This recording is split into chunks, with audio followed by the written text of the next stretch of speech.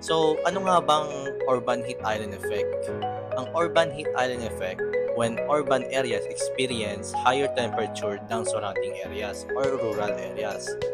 So ano nga ba mga causes ng urban heat island effect? First, heat absorbing materials like asphalt and concrete. Second, reduce trees, vegetation, and green space. Third, waste heat from vehicles and aircon. Fourth, air pollution that contributes to gas immersion or to the greenhouse effect. Fifth, dense urban structure that trap heat. So, ano mga pwede natin mga gawin? Of course, meron. Pero, it's up to you. Alam naman natin wala ka namang gagawin. Pero, at least, aware ka na. Pero, if you want to learn more about this topic, you can go check it out, the infographics in the comments below. Stay hydrated. Have you noticed how hot Metro Manila feels lately? That's because of the urban heat island effect, a phenomenon where cities become significantly warmer than surrounding areas. But why is this happening? From this to this. Excessive land development and deforestation, trees which help cool the air are being replaced by heat absorption, concrete and asphalt.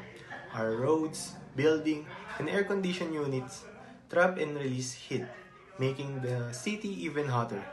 The rising heat weakens the road, increase energy consumption, and poses serious health risks, especially from children and the elderly.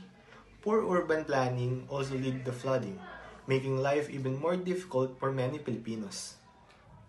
Have you ever noticed how cities feel much hotter than the countryside? That's due to the urban heat island effect. But what causes it? Cities are packed with concrete, asphalt, and buildings that absorb and trap heat, unlike trees and grass that cool the air. Fewer trees mean less shade and evaporation, which naturally cools the environment. Cars, factories, and air conditioners release waste heat, making urban areas even warmer. Pollution traps heat, worsening the effect. This can lead to higher energy consumption and health risks. But we can fight urban heat islands by planting trees, using cool roofs, and designing greener cities.